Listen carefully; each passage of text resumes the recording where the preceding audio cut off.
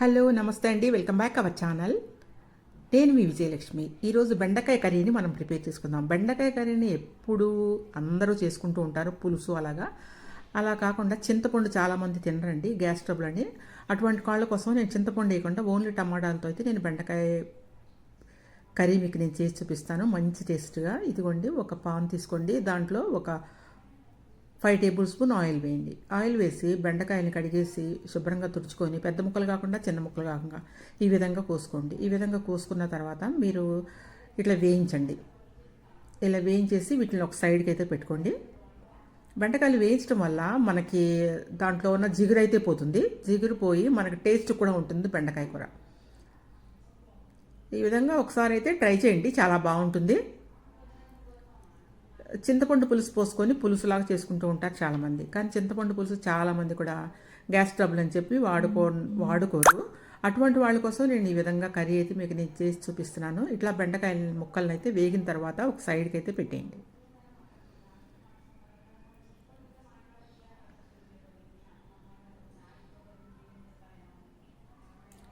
ఇప్పుడు చూడండి, 1 spoon oil వేసాను.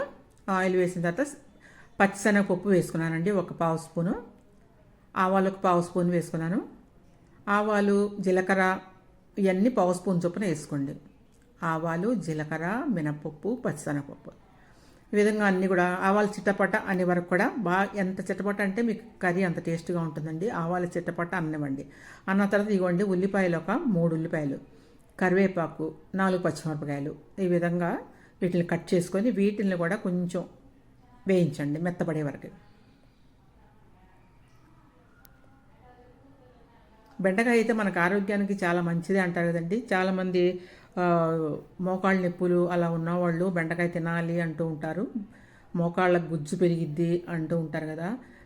అదే కాకుండా మనకి బ్యూటీకి సంబంధించింది కూడా బెండకాయకి మనకు లభిస్తుందండి. బెండకాయని మనం చక్కగా ఎక్కువ పర్సెంటేజ్ తింటూ ఉంటే మన స్కిన్ చాలా రేడియంట్గా ఉంటుంది, యంగ్గా కూడా ఉంటుంది.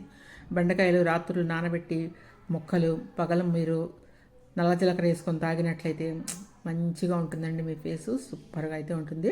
ఒకసారి ట్రై చేయండి. ఇప్పుడైతే మెత్తబడిన ఉల్లిపాయల్లో సాల్ట్ 1 టేబుల్ స్పూన్ వేసుకోండి. 1 పావు స్పూన్ పసుపు వేసుకోండి. వేసుకున్న తర్వాత ఈ మొత్తాన్ని కూడా మీరు వేయించుకోండి.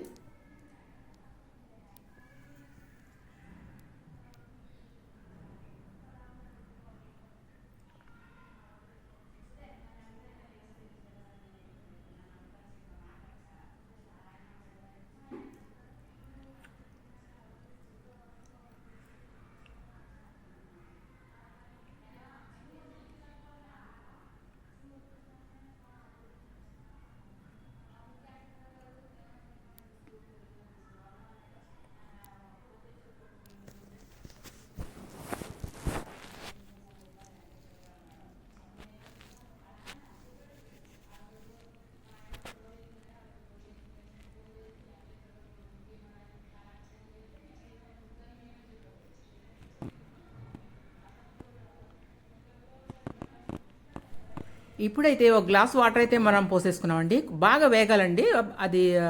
నూనెలో టమాటో దానిపైన తొక్క ఊడిపోయే వరకు కూడా మీరు చక్కగా వేయించుకొని ప్రాపర్గా.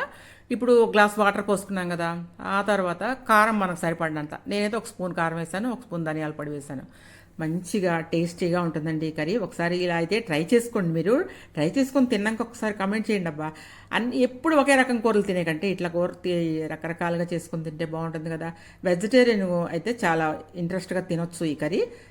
అందరు కూడా తినొచ్చు అనుకోండి. ఎప్పుడు చికెన్లు మటన్లు తినలేం కాబట్టి మనం అప్పుడప్పుడు ఈ విధంగా అయితే ట్రై చేయొచ్చు. బెండకాయలు ఆరోగ్యానికి మంచిదని మీకు చెప్పాను కదా, అట్లా రకరకాలుగా తీసుకోండి. ఒకే పద్ధతిలో వండుకొని తింటే టేస్ట్ నోటికి అంత బాగదు కాబట్టి ఇలాగా. కొంతమంది చింతపండు వద్దు అనుకున్న వాళ్ళు ఈ విధంగా అయితే చేసుకుందానండి, చాలా బాగుంటుంది. ఇప్పుడైతే మనం కొంచెం వాటర్ పోసిన తర్వాత మనం వేయించుకున్న ముక్కలు ఉంటాయి కదా, ఆ ముక్కలు కూడా ఈ విధంగా యాడ్ చేసేసుకోండి. ఇప్పుడు కొంచెం ఉడకనివ్వండి, ఒక 4 మినిట్స్ 5 మినిట్స్ కర్రీని కొత్తిమీర వేసి మంచి టేస్ట్గా ఉడకనివ్వండి. ఉడికితే చాలా చాలా బాగుంటుంది. ఈ కూర మనం రోటీల్లో వాటిలో కూడా యూజ్ చేసుకోవచ్చు అండి. చూసారా, రెడీ అయిపోయింది. ఈజీగా 4 మినిట్స్లో మీ కర్రీ అయితే రెడీ అయిపోతుందండి.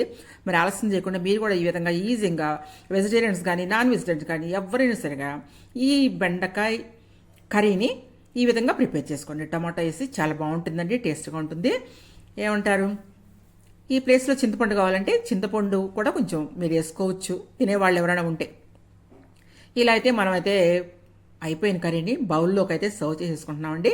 చక్కగా దేంట్లో అయినా ఎంజాయ్ చేయండి, రోటీలో పూరీలో దేంట్లోనే తినొచ్చు, దేంట్లోనే సెట్ అయ్యే విధంగా ఉంటుంది ఈ కర్రీ. తింటుంటే కూడా మంచి టేస్ట్గా అయితే ఉంటుందండి. ఇదిగోండి, కొత్తిమీరతో అయితే గార్నిష్ చేసుకోండి. మనం బౌల్లో వేసేసుకున్నాం, కొత్తిమీరతో గార్నిష్ చేసుకున్నాం. మీకు నచ్చిందని అనుకుంటున్నాను, తింటే కూడా మీకు నచ్చుతుంది. మీకు నచ్చితే మాత్రం తప్పకుండా ట్రై చేయండి. Thank you watching my video. Bye bye.